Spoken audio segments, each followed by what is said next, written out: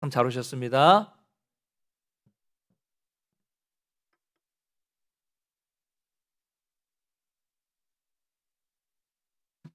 예.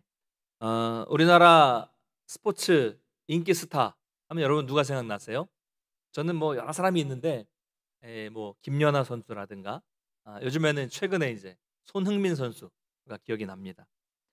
예전에 이 김연아 선수가 피겨 스케이트의 현역일 때는요. 정말 최고의 세계 최고였죠. 세계 최고. 뭐 연기력이면 연기력, 점프면 점프, 뭐 회전이면 회전 어디 하나 나무랄 데가 없었기 때문에 우리나라 국민들만 좋아했던 것이 아니라 세계적으로 찬사를 받았습니다. 정말 대단했습니다. 족수가 없었죠. 그런데 유독 배 아픈 사람들이 있었습니다. 누구예요? 일부 일본 사람들이었죠. 뭐 심판이 편파적인 거 아니냐, 뭐 점프가 너무 낮은 거 아니냐, 회전이 덜 간 거 아니냐, 뭐 자국 선수, 일본 선수가 또 잘했다, 뭐 이런 식으로 비난의 기사를 썼던 일본 언론들이 있었습니다. 또 요즘 축구 선수 중에 뭐 손흥민 선수를 모르시는 분들은 없을 거예요. 오늘 아침에 또 기사를 보니까 어제 뭐 3골을 넣었다고 막 그러는데요. 세계 최고라고 할 수 있는 잉글랜드 프리미어 리그에서 지금 득점 2위를 달리고 있고요. 매년 10골 이상을 득점하는 뭐 월드 클래스의 선수라고 말씀을 드릴 수 있습니다. 뭐 대단한 거잖아요, 이 정도만 해도. 근데 유독 이 손흥민 선수를 깎아내리는 기자가 있습니다. 그 이상한 기사를 쓴 사람이 있어요. 잉글랜드 기자인데요.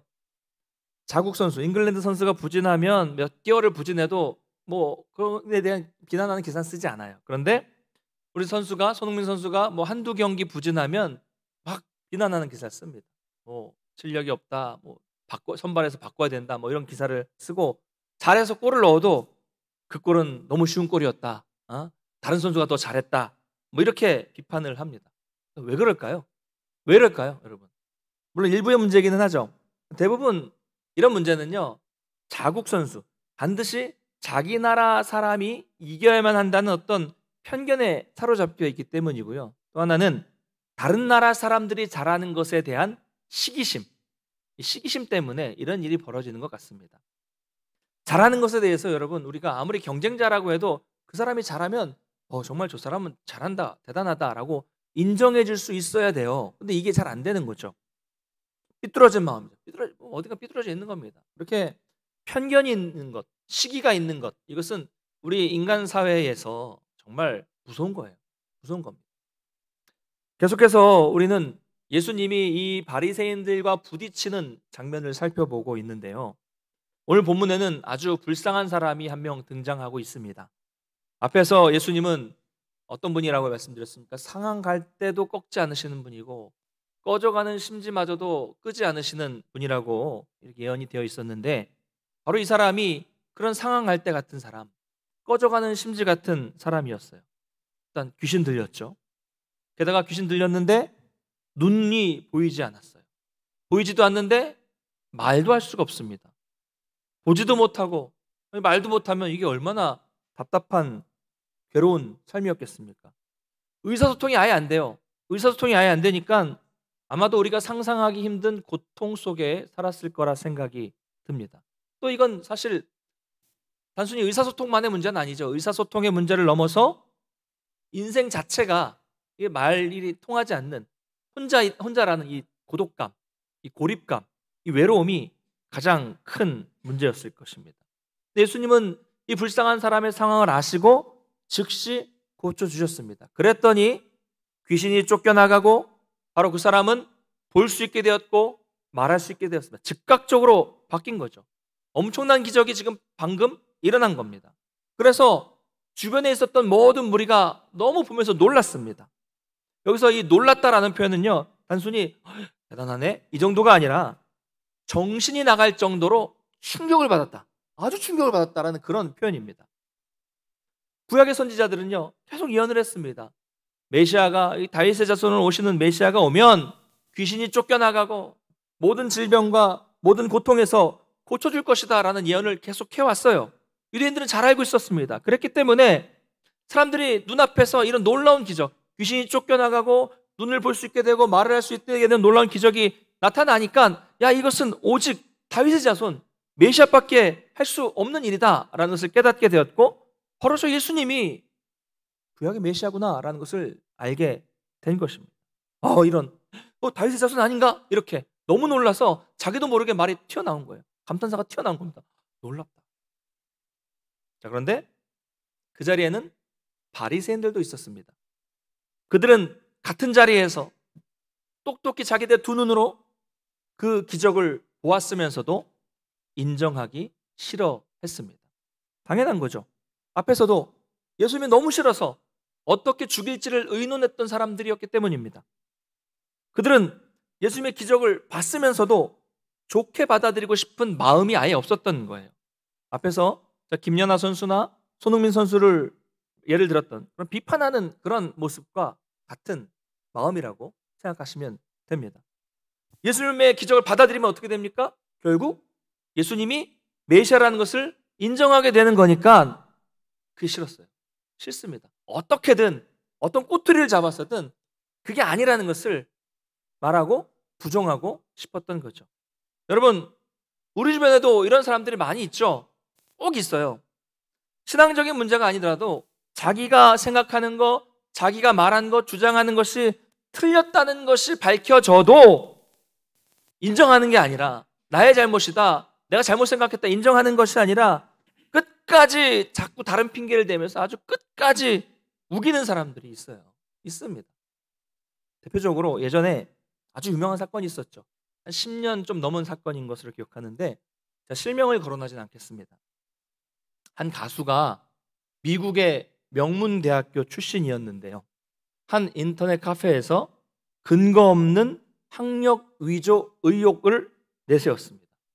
그래서 막 여론몰이를 했는데, 당시 이 의혹을 받았던 가수 당사자는 정상적인 생활을 하기 힘들 정도의 고통과 협박과 많은 어려움을 당했다고 알려져 있습니다. 그래서 이런 문제가 커지니까 경찰이 나서서 수사를 했고요. 나중에는 검찰까지 나서서 수사를 했는데, 어떻게 했느냐? 그 학교에, 미국에 있는 학교의 성적 증명서를 확인을 해보고 그 모든 서류들, 문서들을 감정을 해서 이 서류가 진짜인가 가짜인가 진위 파악을 했고, 같이 학교를 다녔던 학생을 참고인으로 불러서 조사까지 했고, 또 그 당사자의 출입국 기록을 다 조회를 하면서까지 수사를 해서 그 사람이 받은 학위가 아무런 문제가 없는 정상적인 학위다라는 것을 확인해 줬어요. 경찰에서, 검찰에서.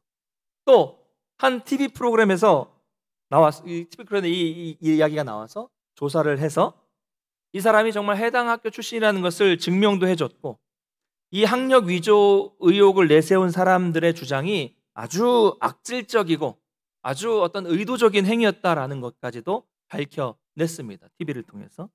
자, 이렇게 경찰, 검찰, TV를 통해서 정식 증빙 자료들을 보여주었는데도 그 사람들은 끝까지 받아들이지 않았고요. 나중에 이게 어디까지 가냐면 대법원까지 갔습니다. 대법원 판결에 뭐라고 나왔냐면 이 사람의 학력은 아무런 문제가 없다라고 대법원 판결이 났음에도 불구하고 줄기차게 그들은 자기들의 주장을 굽히지 않았습니다. 왜 그럴까요? 여러분, 이게 상식적입니까? 경찰, 검찰, TV, 대법원에서까지도 학력 문제가 없다고 하는데 왜 그럴까요? 이유는 제가 볼 땐 그래요. 그냥 그 사람이 싫은 거예요. 또 어떤 면에서 보면 힙합 가수인데요, 아니 힙합으로 하는 이런 표현이 그렇지만 힙합이나 하는 그 가수가 이 미국의 명문대를 나왔다는 걸 인정하고 싶지 않았다는 거죠. 그 출신이 마음에 들지 않았던 것으로밖에 생각할 수 없을 것 같습니다. 또 나중에는 대법원 판결이 났는데 그 사람이 어떻게 말을 했냐면요, 그 사람들이 이 가수가 그 미국에 있는 그 해당 학교의 직원들을 모조리 다 돈으로 매수를 했다, 이렇게 주장을 하기도 하고요. 이 졸업장은 아주 정밀한 위조된 졸업장이다 라고까지 주장을 펼쳤고요. 그러니까 결국 검찰에 기소됐고요. 구속된 사람들도 있었습니다. 기소되니까 그 사람들이 이제 신분이 드러나잖아요. 그다음 신분이 면면이 대단했습니다. 특별한 사람이 아니라 대부분 20대에서부터 40대까지의 일반적인 회사원, 또 그냥 평범한 자영업자, 또 그중에는 의사와 같은 전문 직종에 종사하고 있는 사람들도 있었다는 것이 밝혀져서 좀 충격적이었죠.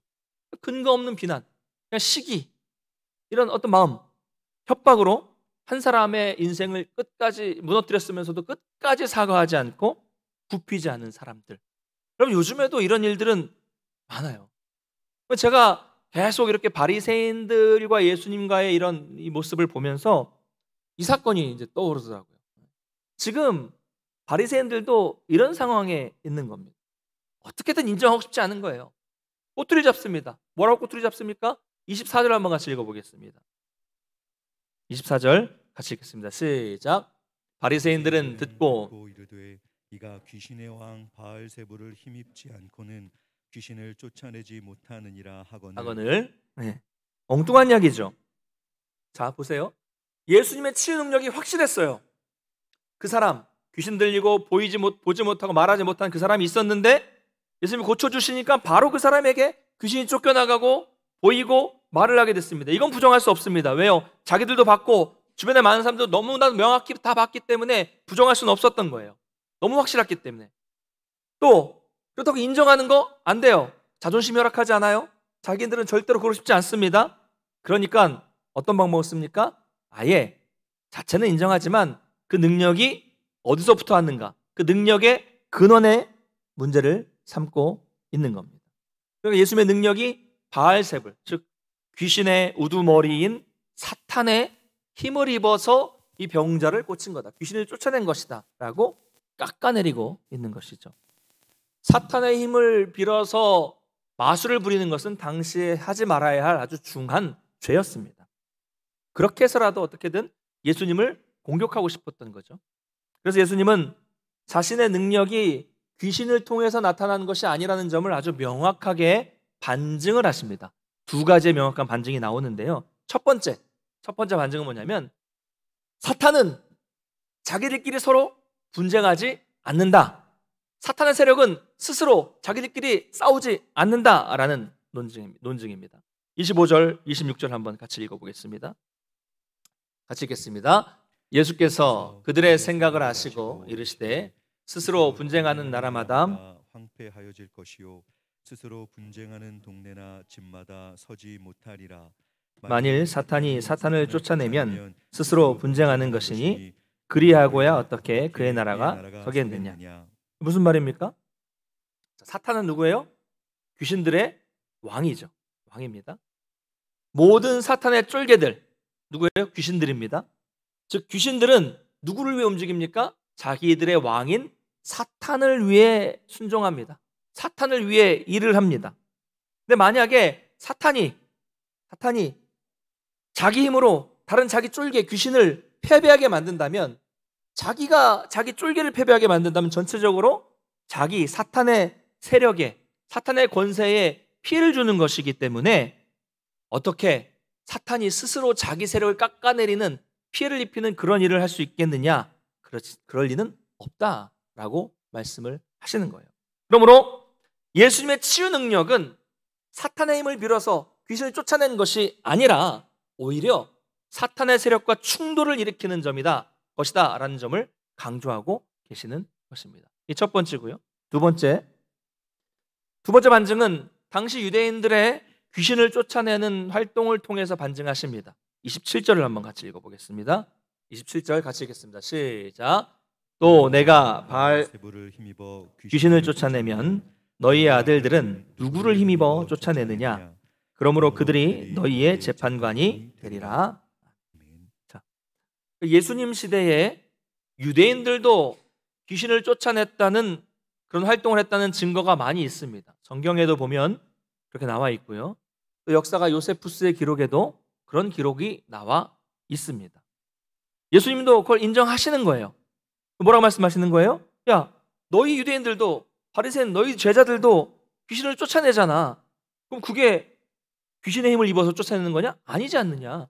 그게 하나님의 능력으로 귀신을 쫓아내는 결과라면 지금 내가 귀신을 쫓아내는 것도 당연히 하나님의 능력이라고 인정해야 되는 것이 아니냐.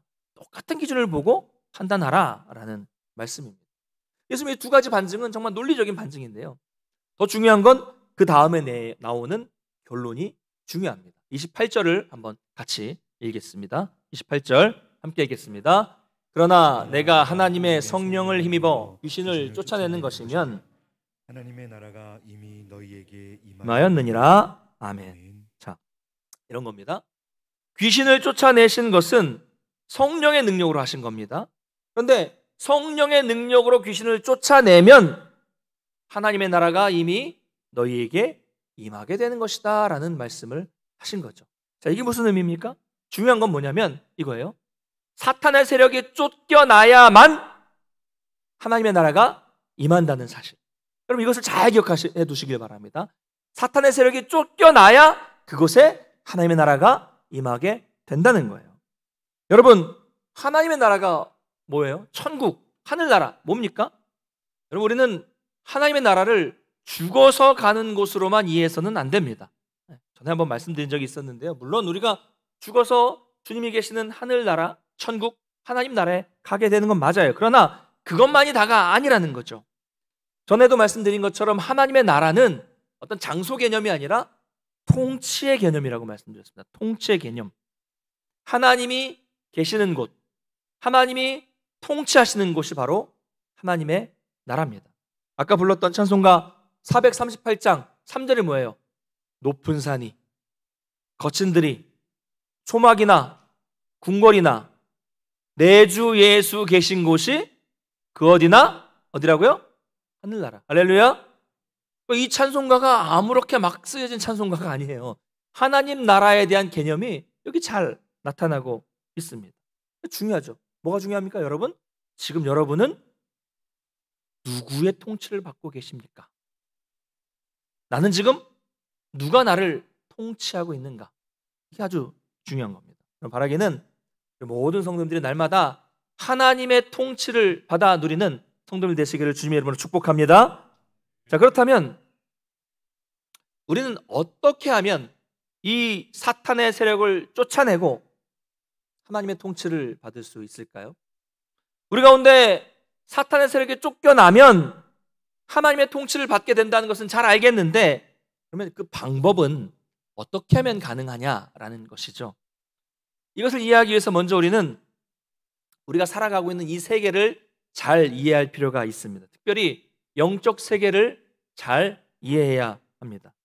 중요한 거 이겁니다. 여러분, 하나님이 계시듯이 사탄도 있습니다. 그렇죠? 하나님이 계시는 것처럼 사탄도 존재합니다. 요즘에 사람들은 사탄, 지옥 이런 말 현대인들이 성도들이 별로 듣고 싶어하지 않은 용어입니다. 그러나 뭐 듣고 싶지 않아도 어떻게 합니까? 실제로 있다고 성경이 말씀하고 있는데 실제로 존재합니다. 자, 그렇다면 실제로 존재하는 이 사탄이 하는 일은 과연 뭘까요? 그럼 무슨 일을 합니까? 그 존재들은 사람들을 죄로 끌어들여서 타락시키는 역할을 하고 있고요. 지옥을 향해서 마치 멱살을 잡아서 끌어가고 있는 것처럼 끌어내리는 그런 역할을 하는 것이 사탄의 역할입니다. 또 저와 여러분과 같은 성도들을 넘어뜨리려고 우는 사자와 같이 집어삼키려고 늘 노려보고 지켜보고 있는 존재가 바로 사탄입니다. 그럼 자꾸 사탄은 없다, 지옥도 없다 이런 말로 안심시키면서 사람들을 속입니다. 속여요. 왜요? 사탄은 거짓의 아비이기 때문에, 늘 거짓말만 하는 거짓의 아비이기 때문입니다. 특별히 사탄이 우리에게 자주 주는 속임수, 말, 생각은 이런 거예요. 괜찮아. 그래도 돼. 해도 돼. 안 죽어. 한번 빠져도 돼. 그냥 좀 대충 예배 드려도 돼. 다음에 잘하면 돼. 먹어도 돼. 안 죽어. 여러분 어디서 많이 들어본 말이죠? 에덴 동산에서 하와에게 사탄이 했던 말입니다. 그때부터 지금까지도 사탄은 계속 우리를 그런 식으로 속이고 있습니다. 그래서 우리가 거듭났지만 자꾸 성도들도 넘어지는 거예요. 싸우면 안 된다, 알아요. 평화를 이루어야 된다, 알아요. 그런데 자꾸 싸우게 됩니다.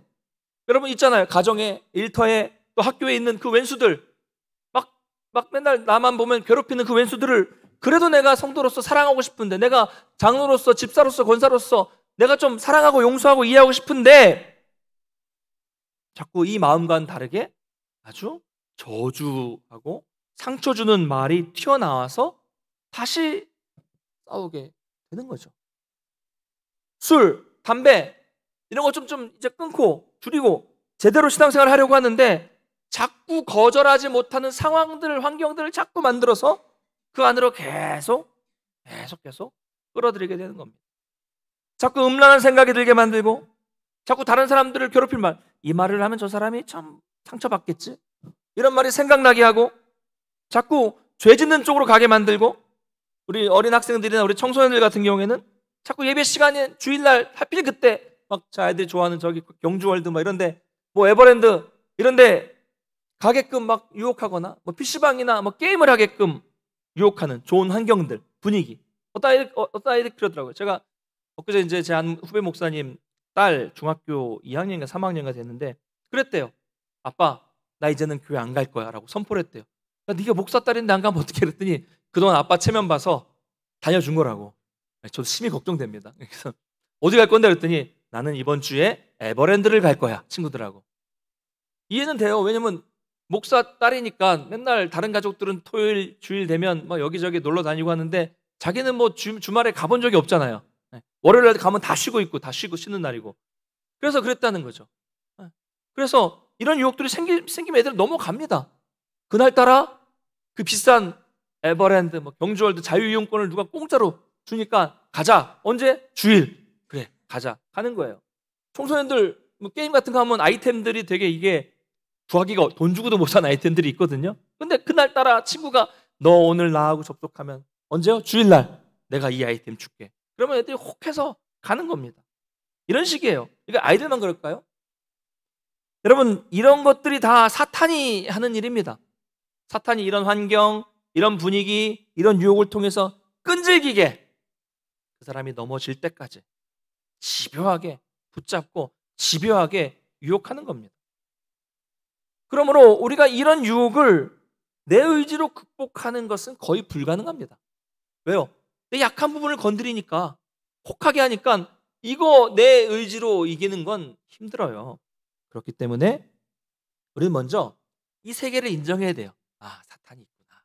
인정하셔야 되고 그 다음에 인정한 상태에서 해결책을 찾아야죠. 사실 해결책은 다른 것은 없습니다. 사탄의 세력, 사탄의 유혹은 내 힘으로, 내 능력으로 내 의지로 이기기가 어렵기 때문에 오늘 말씀처럼 사탄의 세력을 이미 결박하시고 이미 이기신 예수님의 능력을 힘입어서 우리는 그런 유혹을 이길 수 있습니다. 할렐루야. 그러므로 우리는 그 예수님의 능력을 믿어야 돼요. 그 믿음이 있어야 돼요. 나는 부족하지만 하나님 예수님의 능력으로 나는 이길 수 있습니다. 이 믿음을 가지고 이 능력을 믿으면 우리 가운데 성령이 임하십니다. 할렐루야. 그 성령이 임하시면 우리 속에 있는 악한 부분들, 아직 남아있는 이 인간적인 모습들, 악한 영들은 찍소리도 못하고 사라지고요. 성령이 임하시는 순간, 순식간에 쫓겨나갑니다. 중요한 것은 성령께서 우리 가운데 임하셔서 악한 세력이 떠나갈 때 뭐가 함께 떠나갑니까? 저와 여러분의 모든 연약함, 괴로움, 질병, 문제, 시기, 분노, 질투, 미움, 음란, 탐욕, 나를 사로잡고 있는 것들, 괴롭히고 있는 모든 것들도 함께 떠나가게 될 줄 믿으시기 바랍니다. 할렐루야. 바로 하나님의 나라가, 하나님의 통치가 우리 가운데 이루어지게 되는 것입니다. 이것을 경험하셔야 돼요. 이걸 경험하면 자동으로 기도가 나옵니다. 이걸 경험하면 말씀을 더 사모하게 되고 나에겐 없었던 사랑할 힘이, 용서할 힘이 생기게 되는 것입니다. 이처럼 모든 분들이 우리 주 예수 그리스도의 능력을 믿으셔서 놀라운 성령의 그 능력, 하나님의 나라가 임하게 되시기를 간절히 축복합니다. 30절 한번 이어서 읽어보도록 하겠습니다. 30절 같이 읽겠습니다. 시작. 나와 함께 아니하는 자는 나를 반대하는 자요, 나와 함께 모으지 아니하는 자는 해치는 자니라. 아멘. 무슨 말이에요? 자, 둘 중에 하나라는 말입니다. 둘 중에 하나. 신앙은 그래요. 둘 중에 하나입니다. 중간이 없다는 거예요. 전에도 말씀드렸지만 성령 충만의 반대말은 뭐예요? 예, 다 까먹으셔서 감사합니다. 다시 한번 말할 수 있게. 예, 성령 충만의 반대말은 성질 충만이라 그랬죠. 예, 예, 기억나시죠? 예. 중간은 없어요. 왜 성질 충만이죠? 성령이 소멸되니까, 성령이 없어지니까 자꾸 내 속에는 욕심이 스물스물 올라오고 내 자아가, 내 생각이 올라오니까 내 성질이 충만해지는 거죠. 중간은 없습니다. 여러분, 오늘 이 말씀은 참 두려운 말씀이에요. 예수님을 받아들이지 않는 건, 생각해 보겠습니다. 예수를 받아들이지 않아요. 그러면 나는 가만히 있었어요. 예를 들어서 예수를 받아들이지 않고 내가 가만히 있었으니까, 나는 그냥 이쪽 저쪽 선택하지 않고 가만히 있었으니까 그냥 중간이라도 가는 것이 아니라, 예수님을 선택하지 않은 것은 예수님을 거부하고 예수님을 배척한 것이다 라고 말씀하고 있는 것입니다. 중요하죠. 중간이 없다는 거예요. 뭐 교회를 다니는 건 그렇지 않습니다. 그 교회가 어떤 교회든지 그 교회가 참된 구원의 복음의 진리를 전파하는 건강한 교회라면 우리가 이 교회를 다니든 저 교회를 다니든, 행여라도 교단이 약간 다른 교회를 다니더라도 그 교회가 진정한 진리를 선포하는 교회라면 어느 교회를 다녀도 상관은 없습니다. 꼭 우리 교회만 와야 구원받는다 이런 건 없어요. 그렇죠? 그러나 예수님의 편이냐 아니냐, 이 문제는 되게 심각한 겁니다. 이거는 교회를 선택하는 문제와는 완전히 다른 문제예요. 하나만 선택해야 돼요. 예수님은 적극적으로 예수님 편에 서라는 겁니다. 그게 아니면 반대하는 거기 때문에. 신앙에는요, 여러분, 우유부단한 태도는 없습니다. 그건 신앙이 아니에요. 중간은 없습니다. 신앙에는요, 분명한 태도가 있어야 돼요. 예수님을 따르느냐 아니면 거절하느냐, 둘 중 하나입니다. 그 다음 말씀을 볼까요? 더 무서운 말씀입니다. 31절 32절 읽겠습니다. 시작. 그러므로 내가 너희에게 이르노니 사람에 대한 모든 죄와 모든 사심을 얻되 성령을 모독하는 것은 사심을 얻지 못하고, 또 누구든지 말로 인자를 거역하면 사심을 얻되 누구든지 말로 성령을 거역하면 이 세상과 오는 세상에서도 사심을 얻지 못하리라. 아멘. 본문에는 성령을 모독하는 죄가 나오죠. 정리해보면 우리가 짓는 어떤 죄든 간에 그 죄가 붉을지라도 우리의 죄는 흰눈과 같이 깨끗해진다라고 예수님도 성경은 말씀하고 있습니다. 그런데 단 하나, 성령을 모독하는 죄, 옛 성경에는 성령을 회방하는 죄, 이것은 이 세상에서나 내세에서나 결코 사하심을 받지 못하는 죄라고 말씀하고 있습니다. 참 무서운 말씀이죠. 그러면 그게 뭘까요? 성령을 모독하는 죄는 뭡니까? 예전 성경에는 성령을 회방하는 죄라고 했기 때문에 저는 어릴 때 이 성경을 보면서 완전히 오해를 했습니다. 어떤 오해인지 짐작이 가실 거라고 생각이 되는데요, 문자 그대로 생각한 거죠. 그래서 교회에서 열심히 예배드리고 기도하고 찬양하면서 막 성령이 역사가 나타나는 중에 시끄럽게 하고 예배를 방해해서 성령의 일하심을, 성령이 임하시는 것을 방해하고 회방하는 것, 이것을 성령을 회방하는 죄, 성령을 모독하는 죄로 오해했습니다. 여러분, 아닌 것처럼 앉아 계시지만 저처럼 오해하신 분도 계실 거라고 생각이 들어요. 예. 근데 그것을 어렸을 때 확신하게 만든 사건이 있었는데, 어릴 때 교회에서 막 이 주택이 밀집된 그 서울의 그 인구가 많은 그 밀집 지역이었거든요. 그래서 예배를 드리고 있는데 동네 어르신께서 약주를 한 잔 거하게 들이키고 오셔가지고, 약주 드셨으니 뭐 두려운 게 있습니까? 쫙 문을 열고 차박차박 들어오셔서 왜 이렇게 시끄러워? 막 예배 중간에 이런 모습을 본 거예요. 봤어요. 근데 공교롭게도 얼마 후에 그분이 또 약주를 드시고 집에 불이 나서 그만 돌아가셨어요. 충격이 컸겠죠? 왜요? 저희 옆집이었으니까. 교회가 있었고 저희 옆집이고 요 집이 그 집이었거든요. 불이 나서 돌아가셨어요. 그때 어린 나이에 성령을 회방하면 큰일 나는구나, 이렇게 생각을, 확신을 했습니다. 어떠세요? 제가 이해가 되십니까? 아니면 바보 같아 보이세요? 여러분, 이런 의미가 아닙니다. 네, 아니에요. 오늘 말씀의 문맥을 쭉 보면 이해가 돼요. 여러분, 성령께서 하시는 사역이 뭡니까? 성령은 무슨 일을 하세요? 내가 죄인이라는 것을 깨닫게 하시고, 내가 복음을 들을 수 있는 귀를, 마음을 열어주시고, 말씀을 들을 때 말씀이 나에게, 아니 성령 역사하지 않으면, 보세요, 복음 전하면 듣습니까? 누가 안 듣잖아요. 근데 말씀을 들을 때 이 말씀이 믿어지는구나, 믿게 해주시고, 그래서 나의 구원을 받아들일 수 있도록 하시는 이 모든 일들이 성령이 하시는 역사, 사역입니다. 그러므로 성령을 모독한다라는 말, 배방한다는 말은 곧 성령의 이 구원해 주시는 사역을 의도적으로 거부하는 것을 말하는 겁니다. 자, 성령의 구원의 사역을 의도적으로 거부하면 어떤 일이 벌어집니까? 복음을 받아들이지 않아요. 복음을 받아들이지 않으면 말씀을 들어도 이해가 됩니까? 받아들이지 않습니다. 말씀을 이해하지 않고 받아들이지 않으면 내가 죄인이라는 것을 알 수 있습니까? 인정하지 않습니다. 인정하지 않으면 내가 회개를 합니까? 안 하죠. 결국 그 사람은 용서받지 못하고 사함받지 못하고, 결국 그 말은 이 생과 내 생에서 구원받지 못하게 된다는 거예요. 이해되시죠? 이 경고 누구한테 하시는 거예요? 지금 예수님을 대적하는 사람들, 기적을 눈앞에서, 성령의 사역을 눈앞에서 보면서도 인정하지 않고 끝까지 성령의 역사를 거부하고 있는 바리새인들을 향해서 하시는 말씀입니다. 그들의 마음의 태도는 이미 확정됐어요. 예수님을 안 받아들이기로 마음 먹었습니다. 성령의 역사를 거부한 것이죠. 그래서 그들은 영원히 용서받을 수 없는 상황에 놓이게 된 것입니다.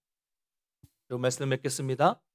주 안에서 사랑하는 성도 여러분, 오늘 많은 이야기를 했는데요, 오늘 이 말씀이 저와 여러분 각자에게 주시는 우리 하나님의 준엄한 경고의 말씀으로 들려지시기를 간절히 소망합니다.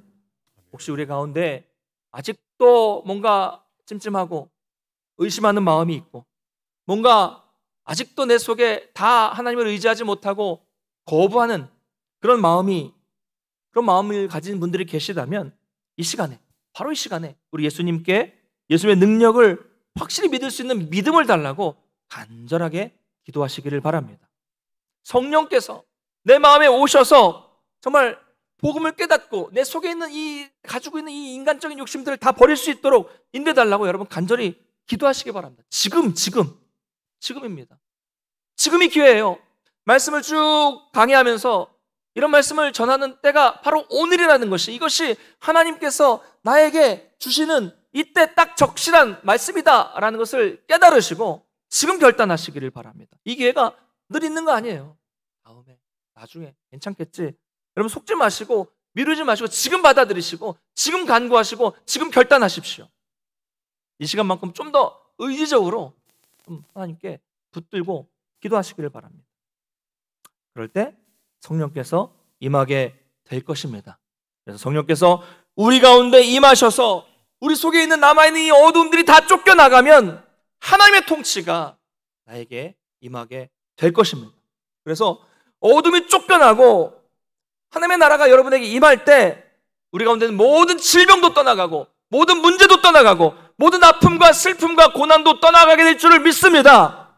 이 능력을 날마다 경험하시기를 주님의 이름으로 간절히 축원합니다. 다 같이 일어나셔서 함께 찬양하고 기도하겠습니다.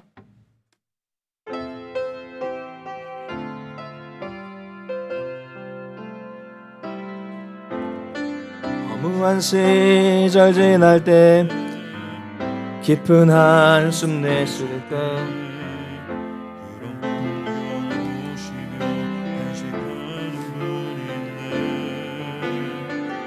고와 같이 너희를 버려두지 않으리.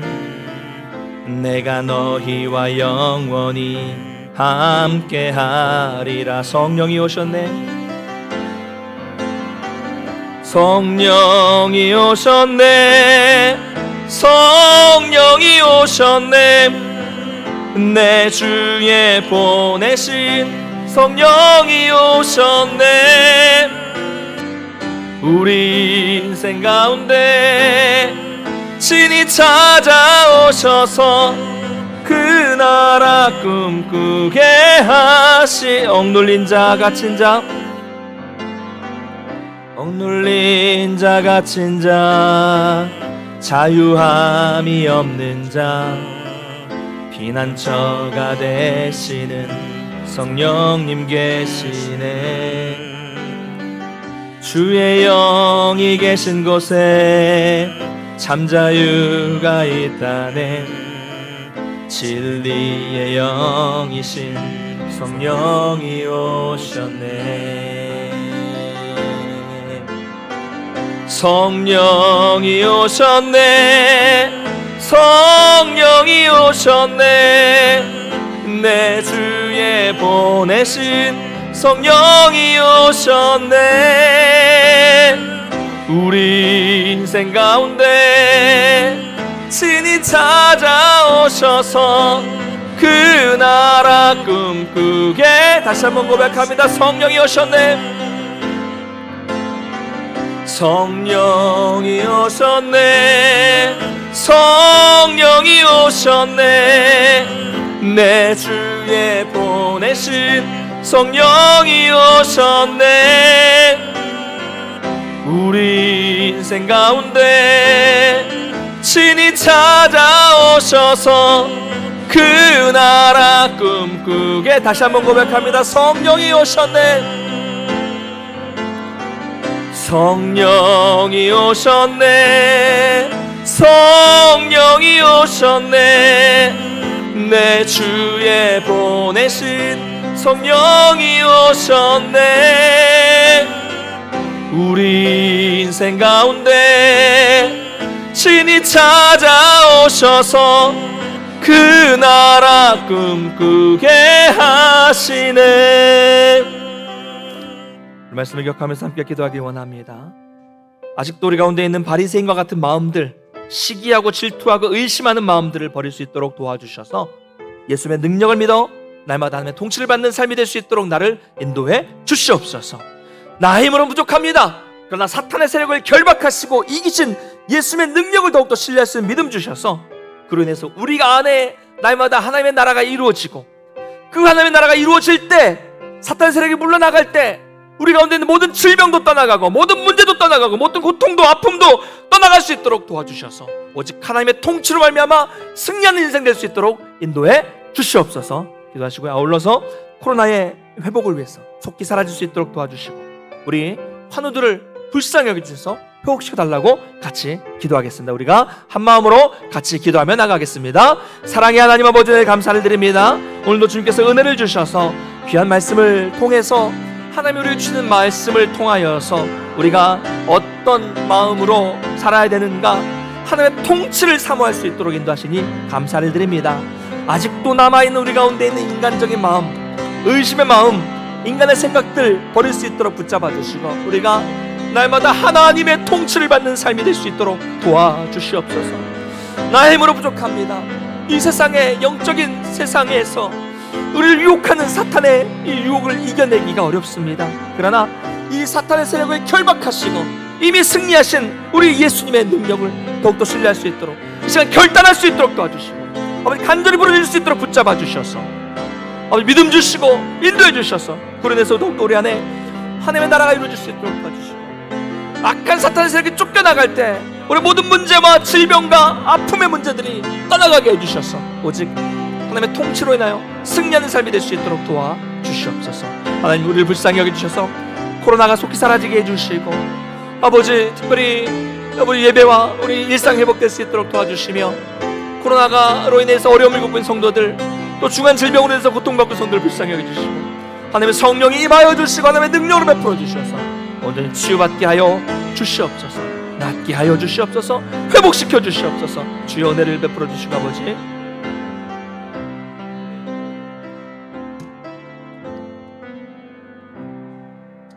참 좋으신 하나님 아버지 은혜를 감사를 드립니다. 오늘도 주님께서 은혜를 주셔서 우리 가운데 말씀을 주셔서 우리가 하나님의 통치를 사모할 수 있도록 인도하시니 감사를 드립니다. 아직까지 우리 가운데 남아있는 바리새인과 같은 그런 죄악의 모습, 의심의 모습, 시기의 모습들이 있다면 우리를 불쌍히 여겨주시고 버릴 수 있도록 붙잡아 주시고 우리가 날마다 하나님의 통치를 사모하는 성도들 될 수 있도록 도와주시옵소서.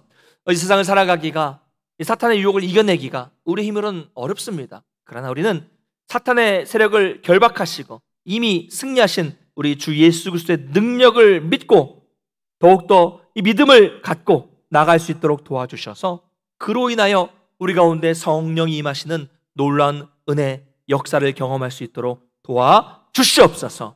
하나님의 나라가 우리에게 임할 때 모든 악한 사탄의 세력이 떠나가게 해주시고 우리의 모든 문제와 모든 질병과 모든 아픔과 모든 고난도 함께 떠나가도록 주님 인도하여 주시옵소서. 우리를 치유해 주시고 우리를 고쳐주시고 우리를 회복시켜 주셔서 날마다 하나님의 능력으로 승리하는 삶을 살아갈 수 있도록 우리를 붙잡아 주시옵소서.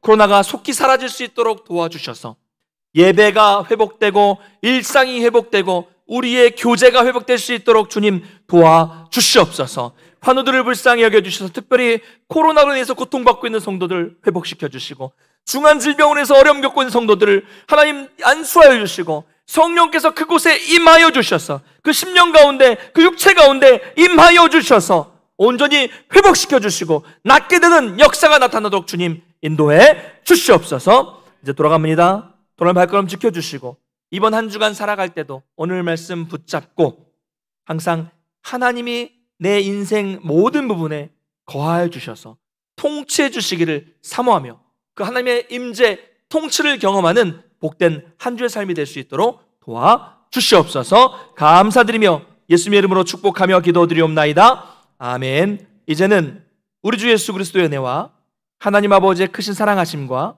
성령님의 교통케 하시는 역사가 오직 예수 그리스도의 능력을 힘입어서 성령의 임하심을 통해 하나님의 통치를 경험하며 살기를 결단하는 모든 성도들 머리 위에 가정과 생업과 자녀 위에 주의 몸된 교회 위에 이제로부터 영원토록 함께 있을지어다. 아멘.